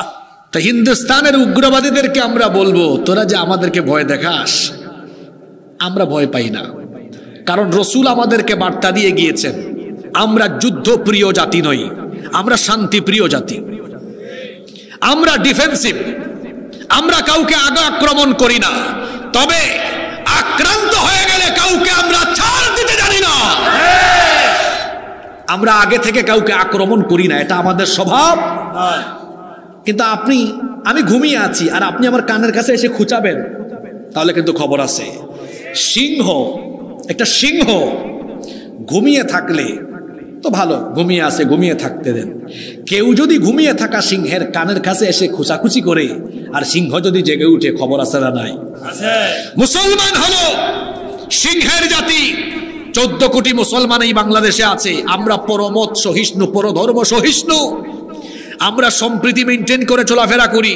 এদেশে আমরা অন্যান্য ধর্মের ভাই বোনদেরকে সম্মান করি, ভালোবাসি। আমরা এই দেশে মিলেমিশে বসবাস করছি। এরপরেও কেউ যদি আমার দেশের এই সম্প্রীতি নষ্ট করে স্বাধীনতা সার্বভৌমত্বের গায়ে আঘাত কিংবা আমার দেশের মানচিত্রের গায়ে কুনজর দেয়, আমরা বসে থাকবো না। সিংহের মতো যদি আমরা গর্জে উঠি, তাহলে তারা বলে আমাদের মানচিত্র তারা টুকরা টুকরা করবে, আমি বলি আমাদেরকে খেপিয়ে তুললে তোমাদের মানচিত্র টুকরা টুকরা হয়ে যাবে, দিল্লিতে ইসলামের পতাকা উড়িয়ে দেওয়া হবে।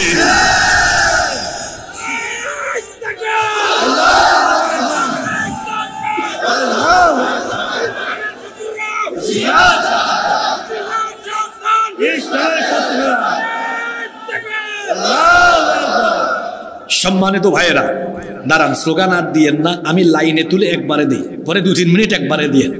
আমার কথা এখনো বাকি আছে। কমিটি আমাকে উঠাইছে 11টায়, তারা গতকাল দেখা করছে বলছে 10টায়। এই 11টার পরে আমরা আলোচনার আখিরি দিকে, শেষ দিকে থাকি। এতগুলা মানুষ শীতের রাতে এত দূর থেকে এসেছে, এত রাত করবেন না আপনারা। আর আপনারা এখন আর স্লোগান দিয়েন না, একটু পরে একবারে লাইনে তুলে দিব, একবারে মাইরা দিবেন, ঠিক আছে? তাহলে বলছিলাম, আল্লাহ রসুল বলেছেন যে আমার উম্মতের 2 দলকে আল্লাহ তাআলা জাহান্নাম থেকে মুক্তি দিবেন। সুবহানাল্লাহ। এক দল যারা হিন্দুস্তানের বিরুদ্ধে যুদ্ধে অংশ নেবে। ও যুবক ভাইয়েরা, ৩৬ জুলাইয়ের যুবক ভাইয়েরা, হিন্দুস্তানিদের হুঙ্কারে এই যুবকরা ভয় পাবে না। আগের ফেরাউন যারা ছিল ভারতের 5 আটা গোলাম, ভারতীয় সেবাদাস, এই যুবকদের সামনে তারা যেভাবে পালিয়ে গিয়েছে, ঠিক তেমনি ভাবে তাদের হুকুমদাতা, তাদের প্রভুরা যদি আমাদের সামনে আসে, ইনশাআল্লাহ যুবকদের গণস্রোতের সামনে তারা বঙ্গোপসাগরে গিয়ে নিক্ষেপ হবে। যুবকদের তুফান, এই গণস্রোতকে রুখে দেওয়া যায় না। স্রোতের সামনে যা আসে তা যেভাবে ভেসে যায়, ঠিক তেমনি ভাবে মুসলিম উম্মার যুবকেরা যদি ঐক্যবদ্ধ হয়ে দাঁড়িয়ে যায়, সেই যুবকদের ঐক্যের শক্তিকে মোকাবেলা করে তাদের সামনে দাঁড়িয়ে থাকার কোনো শক্তি দুনিয়াতে নাই। নবীজি বলেছেন আমার উম্মতের 2 দলকে আল্লাহ জাহান্নাম থেকে মুক্তি দিবেন। এক দলের পরিচয় তো পাইলাম, আরো একটা দল বাকি আছে না? এটা কারা?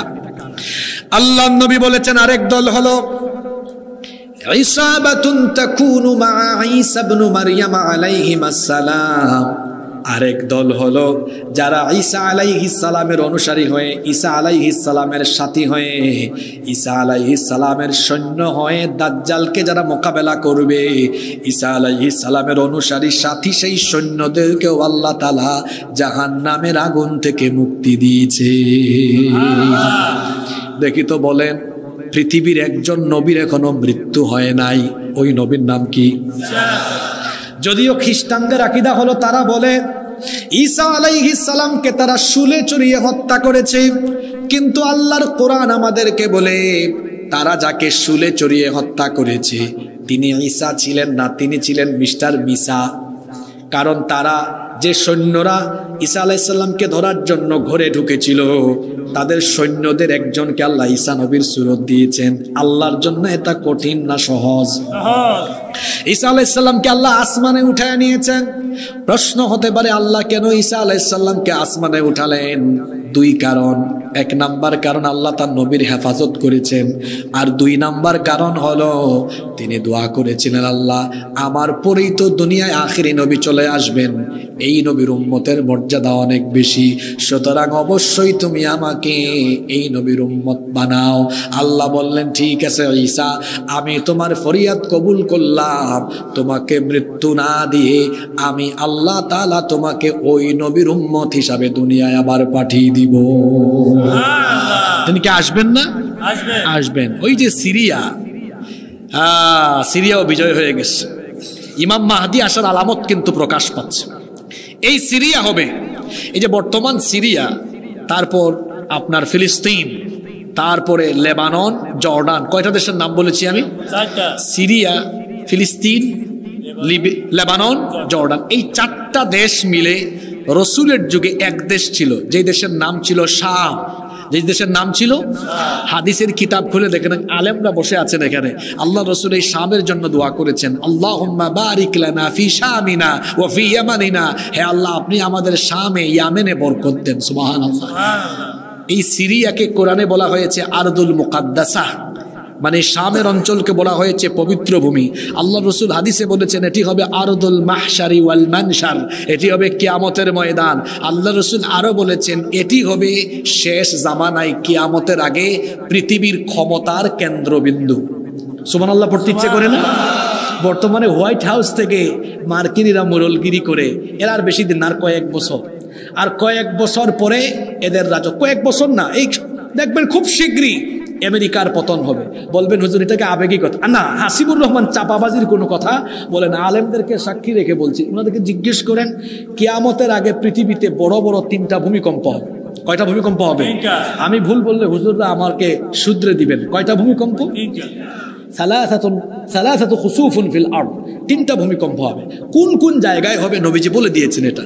খাসফুন বিল মাশরিক, একটা পৃথিবীর পূর্ব দিকের দেশগুলোতে হবে। ও খাসফুন বিল মাগরিব, আরেকটা পৃথিবীর পশ্চিম দিকের দেশগুলোতে হবে। আর 3 নম্বর আরেকটা হবে ও খাসফুন বিজাজিরাতুল আরব, জাজিরাতুল আরবে আরেকটা হবে। হবেই তো, দেখেন না? হ্যাঁ, সালমানের পুলা মুহাম্মদ যা শুরু করেছে, এদের পতন সামনে আছে। তো এই যে 3 জায়গার ভূমিকম্প, পূর্ব, পশ্চিম আর জাজিরাতুল আরব। এখন আপনারা ওয়ার্ল্ড ম্যাপ, বিশ্ব মানচিত্র তো আপনাদের জানা আছে, পশ্চিমে কোন দেশ?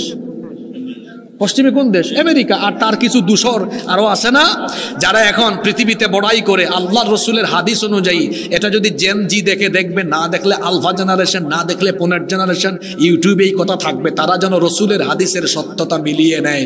খুব শীঘ্রই আমেরিকা অর্থাৎ পশ্চিমের দিকে থাকা এই দেশ মাটির তলায় দাবিয়ে দেওয়া হবে। ঠিক না? বলেন আল্লাহু আকবার। কুরআন আর এই কি বলে রসুলের হাদিস ঠিক বেঠিক করার আপনি কে? মাহফিলগুলোকে আপনারা রাগ করবেন না আমার কথায়। এই যে আমি দীর্ঘ 1 ঘন্টার উপরে বক্তব্য রাখছি, আমি কি একবারও বলেছি ঠিক কিনা? ওই যে আবার বলে, আমি কি বলেছি একবার ওই কথা বলেছি? ঠিক না বেঠিক বলেছি? তো কুরআন হাদিসের কথা আপনি ঠিক বেঠিক করার আপনি কে? বরং আমি দেখবেন আলোচনায় ফাঁকে ফাঁকে কিছুক্ষণ পর বলি সুবহানাল্লাহ, আল্লাহু আকবার। কেন? এই ঠিক ঠিক বললে সওয়াব হয় না, সুবহানাল্লাহ বললে সওয়াব হয়, আল্লাহু আকবার বললে সওয়াব হয়। সুবহানাল্লাহ, আবারও ঠিক সুবহানাল্লাহ, আল্লাহু আকবার বলেন সুবহানাল্লাহ। মাহফিলের এই পরিস্থিতি পাল্টা সংস্কারের জন্য আমরা উদ্যোগ নিচ্ছি। যেমন আগামী বছরের সিদ্ধান্ত আমার, আমি এই উত্তরবঙ্গে বড়জোর হাতে গোনা কয়েকটা মাহফিলে আসব, খুব শর্তারূপ করে আসব। 9টার আগে আমাকে স্টেজ দিতে হবে। এই শর্তে যারা মাহফিল নেবেন বড়জোর হাতে গোনা মাত্র কয়েকটা প্রোগ্রাম করব। এত মাহফিলের দরকার নাই, গুছালো কিছু প্রোগ্রাম, গুছালো কিছু কথাবার্তা মানুষের জীবন পরিবর্তনের জন্য যথেষ্ট। দীর্ঘদিনের অভ্যাস তো, পাল্টাইতে একটু সময় লাগবে, অসুবিধা নাই। সম্মানিত ভাইয়েরা আমার দিকে তাকান, গুরুত্বপূর্ণ কথা চলে যাচ্ছে। আমি কোন দেশের কথা জানি বলছিলাম? সিরিয়া। কোন দেশের কথা? সিরিয়া। এটা হবে পৃথিবীর ক্ষমতার কেন্দ্রবিন্দু। এটা আমার কথা নয়, রাসূলুল্লাহ বলেছেন ইমাম মাহদি আসবেন গোটা দুনিয়ায়, তিনি খেলাফত কায়েম করে গোটা পৃথিবীর বাদশা হয়ে পৃথিবী পরিচালনা করবেন। সুবহানাল্লাহ। আর তার ক্ষমতার হেডকোয়ার্টার হবে কোথায়? নবীজি বলেছেন শামে। কোথায়? আবার এই সিরিয়া এমন একটা দেশ, ওই যে একজন নবী মারা যান নাই, নামটা জানি কি, উনি কোন দেশে আসবেন জানেন? জানেন না আপনারা? সিরিয়া। কোন দেশ? হাদিসে এসেছে ইমাম মাহদি আসার পরে দাজ্জাল আসবে, আর দাজ্জাল এসে মক্কা মদিনা ছাড়া গোটা দুনিয়ায় তাণ্ডব চালাবে। এরপরে আল্লাহ দাজ্জালকে কতল করার জন্য, হত্যা করার জন্য ঈসা আলাইহিস সালামকে আবার দুনিয়ায় পাঠাবেন। সুবহানাল্লাহ। আর তিনি কোথায় আসবেন? হাদিসে এসেছে সিরিয়ার দামেস্কের পূর্ব দিকে সাদা গম্বুজওয়ালা একটা মসজিদ হবে। ওই সাদা গম্বুজওয়ালা মসজিদে ফজরের নামাজের ঠিক আগ মুহূর্তে একামত হবে, আর উনি ওই সময় 2 জন ফেরেশতার কাঁধের উপরে ভর করে এই মসজিদের ছাদে অবতরণ করবেন। ইমাম মাহদি নামাজে ইমামতিতে দাঁড়াতে যাবেন, তিনি দেখেই চিনবেন, বলবেন আপনি তো রূহুল্লাহ ঈসা আলাইহিস সালাম, আসেন আপনি ইমামতি করেন। তিনি বলবেন না, আপনি মুসলমানদের খলিফা, আপনি ইমামতি করেন, আমি ইমামতির জন্য আসি নাই, আমি খুব বড় কাজের জন্য আসছি। নামাজ শেষ করার পরে তিনি দাজ্জালকে বাবেলুদে গিয়ে হত্যা করবেন। আল্লাহর নবী বলেছেন ঈসা আলাইহিস সালাম দুনিয়াতে আসার পরে দাজ্জালের বিরুদ্ধে যে সেনাবাহিনী গঠিত হবে, ওই সেনাবাহিনীতে ঈসা নবীর সাথে যারা থাকবে বিনা হিসাবে বিনা বিচারে তারা জান্নাত পাবে। তাইলে আল্লাহর রসুলের ১৫০০ বছর আগের হাদিস, আমার উম্মতের দুই দলকে আল্লাহ জাহান্নাম থেকে কি দিবেন? দুই দলের পরিচয় পাইলাম। এক দল যারা হিন্দুস্তানের বিরুদ্ধে যুদ্ধে অংশ নিবে, আরেক দল যারা ঈসা আলাইহিস সালামের সৈন্য হবে। হে আল্লাহ, তুমি সাক্ষী থেকো, আমরা হায়াতে যদি পাই ঈসা আলাইহিস সালামকে, এই বাংলাদেশ থেকে গিয়ে হলেও তার সৈন্য হব ইনশাআল্লাহ। বলেন ইনশাআল্লাহ। আর আরেক দল তো যা শুরু করছে, আমি তো আগেই বলেছি আমরা যুদ্ধ প্রিয় নই, আমরা শান্তি প্রিয়। কিন্তু ৫ই আগস্টে দাদা বাবুরা তাদের সেবা দাস, তাদের পা চাটা গুলামদেরকে বাংলাদেশ থেকে তারা যখন হারিয়েছে, তখন রাতের ঘুম হারাম, মাথা পাগল হয়ে গিয়েছে। আপনারা আমার শেষের দিকের কথাগুলো মনোযোগ দিয়ে শুনতে হবে। পৃথিবীতে বাংলাদেশের সবচেয়ে বড় দুশ্মন হলো ভারত। এটা যে বিশ্বাস করে না, তার ভূ রাজনীতি, আন্তর্জাতিক রাজনীতি নিয়ে কোনো জ্ঞান। ওরা কি করে? ওরা সব নেয় বাংলাদেশ থেকে, কিছু দেয়। কে বলছে দেয় না? দেয়। সীমান্তে ফেলানির লাশ আর শুকনা মৌসুমে পানি না দিয়া বর্ষা মৌসুমে পানিতে ডুবাইয়া মারে। গত 15 বছর যারা এই দেশে ছিল, ভারত যা চেয়েছে তাই তারা করেছে। ভারতকে খুশি করার জন্য পিলখানা হত্যাকাণ্ড ঘটানো হয়েছে। ভারতকে খুশি করার জন্য 13 সালে শাপলা চত্বরে আলেম উলামা আর ছাত্রদেরকে নির্বিচারে গুলি করা হয়েছে। ভারতকে খুশি করার জন্য আল্লামা সাঈদী নিরপরাধ ছিলেন, তাকে জেলখানায় রেখে বিষ প্রয়োগে অন্যায়ভাবে হত্যা করা হয়েছে। ভারতকে খুশি করার জন্য কি কি করা হয়েছে আপনারা সব জানেন। তারা যখন তাদের পা চাটা গুলামদেরকে হারিয়েছে, আমি আপনাদেরকে বলছি, আপনারা সাক্ষী আছেন। 5 আগস্টের পর থেকে আজ পর্যন্ত তাদের মিডিয়ায় বাংলাদেশের বিরুদ্ধে বদনাম, বিষেধাগার, অপপ্রচার আর মিথ্যাচার করে যাচ্ছে। তারা বলতেছে কি, বাংলাদেশে হিন্দুদের বাড়িঘর জায়গা জমি লুটপাট করা হচ্ছে, তাদের উপরে নির্যাতন করা হচ্ছে, এটা তাদের অভিযোগ। কিন্তু এই অভিযোগের সাথে কি বাস্তবতার কোনো মিল আছে? বরং বাস্তবতা হলো বাংলাদেশে হিন্দুরা এবং অন্যান্য ধর্মের সবাই জামায়া ধরে আছে। যখন ইসকনের উগ্রবাদীরা সনাতনী হিন্দু ভাই বোনদেরকে নিয়ে আন্দোলন, ওই যে আমি বলি সুখে থাকতে ভূতে কিলায়, সুখে থাকতে, এই চিন্ময় কুমার যাকে রাষ্ট্রদ্রোহ মামলায় এখন বর্তমানে জেলে রাখা হয়েছে, এরা সবাই মিলে ভারতীয় এজেন্ডা বাস্তবায়নে যখন হিন্দু মুসলমানের মধ্যে দাঙ্গা লাগিয়ে বাংলাদেশকে অস্থিতিশীল করে গৃহযুদ্ধ লাগিয়ে দেওয়ার অপচেষ্টা করেছে। আলহামদুলিল্লাহ, বাংলাদেশের হিন্দু, মুসলিম, বৌদ্ধ, খ্রিস্টান সব ধর্মের মানুষ ঐক্যবদ্ধ হয়ে তাদের সেই অপচেষ্টাকে রুখে দিয়েছে। যখন রুখে দিল, তখন তারা কি করছে আপনারা জানেন। তাদের মিডিয়ায় এখন কি হুমকি ধামকি দেওয়া হয় দেখবেন। এই যে রিপাবলিক বাংলা একটা টেলিভিশন চ্যানেল আছে, ময়ূখ রঞ্জন, ওই ব্যাংক যেরকম লাফায় ও শুধু লাফায়।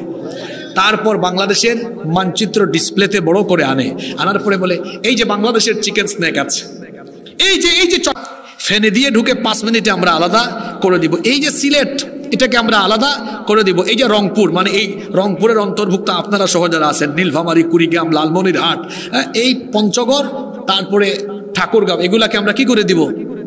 আলাদা করে দেব। এই ময়ূখ রঞ্জন, এটা তোর বাপ দাদার দেশ নাকি রে? তোর বাপ দাদার জায়গা জমি নাকি দখল করে নিবে? আমার 56,000 বর্গ মাইলের বাংলাদেশের মানচিত্রের দিকে কেউ যদি চক্ষু দেয়, তাহলে সেই চক্ষুকে বাংলাদেশের মানুষ উপড়ে ফেলবে। আমার বাড়ি তো দাঁড়ান,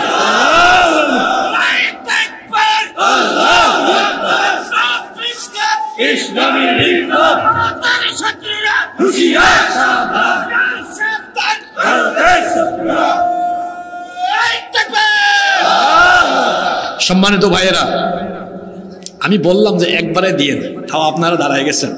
একটু তো সময় দিবেন আমাকে, একটু সময় দিবেন না? আমার এই কথাগুলা শেষ করতে দেন, মনে জমানো অনেক কথা, আমার কষ্ট হচ্ছে নাকি আপনাদের? আমার বাড়ি কোথায় জানেন আপনারা? আমার বাড়ি সিলেটে, তা আমাদের সিলেটের মানুষ একটু গম্ভীর থাকে, ঠিক আছে, কিন্তু এদের অতীতের ইতিহাস ভালো। তো শাহজালাল রহমতুল্লাহ আলাইহের রুহানি সন্তানেরা সিলেটে এসেছিলেন। হজরত শাহজালাল রহমতুল্লাহ আলাই 360 জন ওরে নিয়ে এসেছেন। তিনি কেমনে ঢুকেছেন সিলেটে জানেন আপনারা? সিলেট ঢুকতে একটা নদী পড়ে, ওইটার নাম সুরমা নদী। সুরমা নদীতে এসে তিনি জায়নামাজ বিছিয়ে আল্লাহর ওলি জায়নামাজে করে সুরমা নদী পার হয়েছেন। সিলেটে ঢুকে তার 360 জন সাথী নিয়ে গৌর গোবিন্দকে সিলেট থেকে উৎখাত করে দিয়েছেন। আমরা সেই শাহজালাল রহমতুল্লাহ আলাইহের উত্তরসূরি রুহানি সন্তান, তার সিলেটে থাকি। এই যে বলে সিলেটকে আলাদা করে দিবে, তো সিলেটের মানুষ আবার আঞ্চলিক ভাষায় খুব মজা করে বলেছে, সীমান্তে বলেছে, আও আইয়া হামাও, আমরা রেডি আছি, আইলে বাদাম দেবো। কিতা দেবো? বাদাম। বাদাম আবার খাওয়ার বাদাম না, এইটা এইটা এইটা। আও মানে আসো, আইয়া হামাও মানে এসে ঢুকো, এর বাদে আমরা 2টা বাদাম দেবো। আর ওইদিকে চট্টগ্রাম নিয়ে কথা বলে, এদিকে রংপুর নিয়ে কথা বলে। এত সহজ? আমার 56,000 বর্গ মাইলের এই মাতৃভূমির দিকে কেউ যদি চক্ষু বাড়ায় কিংবা কেউ যদি মনে করে তারা এই দেশকে অঙ্গরাজ্যের মতো ব্যবহার করবে, ইউনূস সাহেব তো বলেছেন 7 সিস্টার, আর আমি কোরআন হাদিসকে সামনে রেখে কথাগুলো বলে গেলাম। ওরা বাংলাদেশের দিকে চক্ষু দিলে রাসূলুল্লাহর হাদিসের ভবিষ্যৎ বাস্তবায়ন হয়ে যাবে। শুধু 7 সিস্টার, 7টা রাজ্য নয়, তাদের সবগুলো রাজ্য মুসলমানদের দখলে এসে আমাদের পূর্বপুরুষরা 750 বছর ভারতকে শাসন করেছিল। এবার বহু বছর পরে দেখা যাবে এই বাংলাদেশের 14 কোটি মুসলমান 140 কোটির শক্তি নিয়ে, আর ভারতে 130 কোটির 30 কোটি আছে আমাদের ভাই, ওইদিকে 30 কোটি সমান 300 কোটি, এদিকে 14 কোটি সমান 140 কোটি, মোট হলো 440 কোটি। শিল পাটা পাটা পুতাইলের মাঝখানে যা পড়ে তা যেমন এবলা থেবলা হয়ে যায়, ঠিক তেমনি 14 কোটি 140 কোটির শক্তি নিয়ে, আর ওই দিকের 30 কোটি 300 কোটি, মোট 300 কোটি আর 140 কোটির মাঝখানে উগ্রবাদীরা যখন পড়বে, তাদের মানচিত্র এবলা থেবলা হয়ে যাবে। 800 বছরের সেই শাসনামল ফিরে এসে আবার দিল্লিতে কালেমার পতাকা উড়বে। এটা আজকে আমি এই নীলফামারীতে বলে গেলাম ইনশাআল্লাহ। এবং এই রকম পরিস্থিতি তৈরি হলে তারা নিশ্চিত পরাজিত হবে। দলিল হলো রাসূলুল্লাহর হাদিস। রাসূলুল্লাহ বলেছেন, বলেন সাল্লাল্লাহু, কিয়ামতের আগে ভারতবর্ষে একটা যুদ্ধ হবে, গাজওয়াতুল হিন্দ, প্রচুর মুসলমান শহীদ হবে, কিন্তু এই যুদ্ধে মুসলমান বিজয়ী হবে। সুবহানাল্লাহ। তাহলে কোরআন হাদিস বলছে আমরা পারবো, নাকি পারবেন না? ইনশাআল্লাহ। ব্যাটারি ফিউজ আছে না আজকে? Battery full charge. যুবকদের ব্যাটারির চার্জের কি অবস্থা? ফুলফিল, ফুল লুড আছে, এখন খবর আছে। কোরআন হাদিস বললাম, একটু বাস্তবতা বলি কেন তারা পারবে না। ভূ রাজনীতি আর আন্তর্জাতিক রাজনীতির ব্যাপারে যাদের জ্ঞান আছে তারা জানেন, ভৌগোলিক কারণে বাংলাদেশ আর ভারতের মধ্যে কোনো ক্ল্যাশ তৈরি হলে ভারতকে যারা দেখতে পারে না, এইরকম দেশ এসে সরাসরি বাংলাদেশের পক্ষ নেবে। যেমন যে চীন, আরো কয়েকটা দেশ আছে, এদের কাছে এমন জিনিস আছে একদম উড়াই দিবে, আছে না নাই? দেখেন না, ওরা আমাদেরকে হুমকি দেয়, সীমান্ত অবরোধ করলাম, তোমাদেরকে চিনি দিব না, আলু দিব না, পেঁয়াজ দিব না। আলু পেঁয়াজ চিনি তোর বাপের নাকি? এগুলো কার? যারা বলেন কার? ওই যে শুভেন্দু বিজেপি উগ্রবাদী নেতা, সে যেদিন বলেছিল, আমি ওই দিন শরীয়তপুর চিনেন আপনারা? শরীয়তপুর মাহফিলে সেই দিন বক্তব্যে আমি তার জবাব দিয়েছিলাম, তাকে বলেছিলাম, শরীয়তপুরের মানুষ এবং সাথে আমার প্রিয় বাংলাদেশের সকল জনগণকে আমি বলবো, আপনারা কয়েকটা দিন সবর করেন। তার পণ্য আমাদের কাছে বিক্রি করতে না পারলে তার পণ্য পচবে, আর তাদের বাণিজ্যের, রপ্তানি বাণিজ্যের বড় কাস্টমার বাংলাদেশ। ও যখন পণ্য বেচতে পারবে না, দেখবেন কয়েকদিন পরে পা ধরবে। যা বলেছি তাই। গত 3-4 দিন আগে আপনারা দেখেছেন, এখন তারা ব্যবসায়িক মন্দায় আছে। 3-4 দিন আগে আমি দেখলাম কলকাতার এক টিভি চ্যানেল এক সাংবাদিক ব্যবসায়ীকে বলছে, কি অবস্থা আপনাদের ব্যবসায়িক হালত কি? তো সেই ব্যক্তি জবাব দিচ্ছে, খুব খারাপ অবস্থা, আধা পেট খেয়ে আছি গো। আমি এটা শুনে বললাম, তুই আরেকটু সবর কর, না খাইয়া মরে যাবেন গো। এমনিতেই নাই তোদের টয়লেট, বিবিসি বলছে ওই দেশের 60 কোটি মানুষ তাদের স্বাস্থ্যসম্মত পায়খানার ব্যবস্থা নেই, ওরা খোলা মাঠে পায়খানা করে।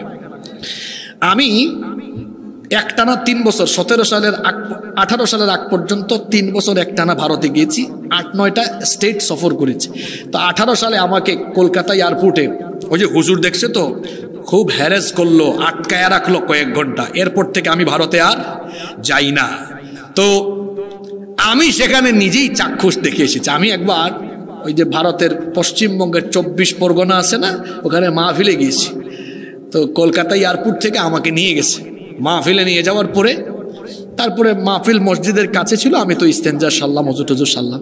এখন আমার তো ফ্লাইট পরের দিন সকালে ঢাকায়, কলকাতা থেকে ঢাকায়। তো আমি এক বাড়িতে তারা আমাকে নিয়ে গেল, ওখানে রাতে আমি থাকবো। তো রাতে আমি ঘুমায় গেলাম। ফজরের সময় আমি যখন ঘুম থেকে উঠলাম নামাজে যাব, তো ওই ছেলে আবার কলকাতা ইউনিভার্সিটিতে পড়ে, যার বাড়িতে আছে, ও আমাকে রিসিভ করে নিয়ে গেছে। তাকে বললাম, ভাই তোমাদের ওয়াশরুম কোথায়, কোন দিকে, অ্যাটাচ তো কোনো বাদ দেখে না। তো বলতেছে, হুজুর আসেন বের হন। তো বের করে আমার বাইরে নিয়ে গেছে। তো আমি ভাবলাম বাংলাদেশেও তো আমাদের গ্রামে গঞ্জে এমন বহু এলাকা আছে যে ওয়াশরুম বাইরে থাকে, আমি ভাবছি সম্ভবত এরকম। ও আমারে নিয়ে খালি হাঁটে, খালি সামনের দিকে আগায়। তা আমি ভাবলাম কি আজীব অবস্থা। আমি বললাম, ভাইরা আর কদ্দূর, আরেকটু সামনে। ও খালি হাঁটায়। আমি বললাম, আর কদ্দূর, আরেকটু সামনে। তো নিতে নিতে আমারে বলে, হুজুর আমি দাঁড়ায় আসি, আপনি একটু সামনে যান, গেলে আপনি এখানে ব্যবস্থা পাবেন। তা আমি ভাবছি সম্ভবত সে শরমে আমার সাথে যেতে চাচ্ছে না, সত্যিও তো সামনে কিছু আছে। আমি হেঁটে দেখি কিচ্ছু পাই না। তো দেখলাম ওখানে কিছু মানুষ হাঁটাহাঁটি করতেছে। আমি ফিরে এসে বললাম, ভাই কই পাঠাইছো, কিছুই নাই এখানে। কিছু মানুষ দেখলাম হাঁটাহাঁটিতে। কই হুজুর যাদেরকে হাঁটাহাঁটিতে দেখছেন এরাও আপনার মতো ওই কামে গেছে। তো বললাম, ওই কামে গেলে জায়গা কোথায়? কয় দেখেন নাই কত বিরাট আয়তনের জায়গা। আমি বললাম, ইন্না লিল্লাহি ওয়া ইন্না ইলাইহি রাজিউন। বললাম, ভাই মসজিদ কোথায়? কয় যেখানে মাহফিল করছে। আমি বললাম, চলো 15 মিনিট লাগুক আর 20 মিনিট লাগুক, ওখানে যাব। সেখানে গিয়ে ইস্তিনজা করে ওযু করে নামাজ পড়ে তারপর আমি এয়ারপোর্ট গিয়েছি। নিজের চোখে দেখেছি স্বাস্থ্যসম্মত পায়খানা এদের। এমনি তোমাদের 60 কোটি মানুষের পায়খানা নাই, টয়লেট নাই। এর মধ্যে যদি বাংলাদেশে তোমাদের পণ্য না ঢুকে, ব্যবসা যদি ভালো করে করতে না পারো, অভাবে অনটনে দুর্ভিক্ষে তোমাদের মতো উগ্রবাদীরা মরে যাবা। আমার দেশের মানচিত্রের দিকে হাত বাড়ায়ও না, শেষ হয়ে যাবা তোমরা। শুধু তাই নয়, ওরা আমাদের দেশে থেকে কিছু লোক যারা চিকিৎসায় গিয়েছে, ভারতীয় পতাকাকে প্রণাম না করলে বলে চিকিৎসা দিবে না, জানেন না আপনারা? এখন কি অবস্থা, বাংলাদেশিরা যায় না, তাদের পর্যটন খাতে, তাদের চিকিৎসা খাতে ধস। এখন তারা ডিসকাউন্ট ঘোষণা করেছে বাংলাদেশিদের জন্য 40%, 50% ছাড়। শুধু তাই নয়, বাংলাদেশিদের জন্য আলাদা হেল্পলাইন। আমি বলছিলাম গত কয়েকদিন ধরে, বাংলাদেশ থেকে কেউ আর যাইয়েন না। আমি বিশ্বাস করি মেডিকেল সায়েন্সের যে বই পড়ে ওরা ডাক্তার হয়েছে, ভারতীয়রা মেডিকেল সায়েন্সের সেম বই পড়ে আমার দেশের ছেলেমেয়েরাও ডাক্তার হয়েছে। আমার দেশের ছেলেমেয়েরা যদি আন্তরিকতা বাড়ায়, দেশপ্রেম আর ইমানি চেতনা নিয়ে চিকিৎসা ব্যবস্থায় এগিয়ে আসে, ভারতের চাইতে বাংলাদেশের চিকিৎসা ব্যবস্থা আরো উন্নত হবে ইনশাআল্লাহ। সুতরাং দেশের এই কঠিন পরিস্থিতিতে আপনারা কমিটিতে আবার ধরেন না কোথা থেকে হুজুর আনছেন, উনি শুধু গাজওয়াতুল হিন্দ বলে চলে গেছে, আমল আখলাকের কথা বললো না। শুনেন, আপনার দেশের স্বাধীনতা সার্বভৌমত্বই যদি টিকে না থাকে তো আমল আখলাক কোন দেশে করবে? যখন দেশের স্বাধীনতা সার্বভৌমত্ব, ইসলাম আর মুসলমানদের অবস্থা চরম অবস্থায় পৌঁছে যায়, তখন দেশ বাঁচানো, ইমান বাঁচানো, ইসলাম বাঁচানোর জন্য সেই ক্ষেত্রে সচেতন হয়ে সবাইকে ঐক্যবদ্ধভাবে তা মোকাবেলা করা ফরজে আইন। আমি সেটাই আপনাদেরকে বলে গেলাম। এই দুইটা আয়াত কি বার্তা দিল? ইমানের কোয়ালিটি থাকলে এদের সাথে কেউ পারে, জোরে বলেন কেউ পারে? তাহলে আমরা যদি ইমানের কোয়ালিটি নিয়ে বাংলাদেশে থাকি, এই 56,000 বর্গ মাইল বাংলাদেশকে কেউ মোকাবেলা করতে পারবে না। কিসের কোয়ালিটি? এখন ইমানের কোয়ালিটি বাড়াতে হয় কি দিয়ে? জোরে বলেন, ইমানের কোয়ালিটি বাড়াতে হয় কি দিয়ে? প্রতিদিন 5 আয়াত করে কোরআন অর্থ সহ পড়বেন, 4 বছর লাগবে শেষ করতে। অথবা 10 আয়াত করে পড়বেন, 2 বছর লাগবে। অথবা 20 আয়াত করে পড়বেন, 1 বছর লাগবে ইনশাআল্লাহ। এভাবে কোরআন পড়ে, কোরআন বুঝে, কোরআনের সাথে থেকে নিজেদের ইমানকে সমৃদ্ধ করার তৌফিক আল্লাহ আমাদেরকে দান করেন। মাহফিল কমিটির সম্মানিত সভাপতি সাহেবের কথা থাকলে আমরা শুনবো, না থাকলে আপনাদের অনুমতি পেলে সবাইকে নিয়ে মোনাজাত করব।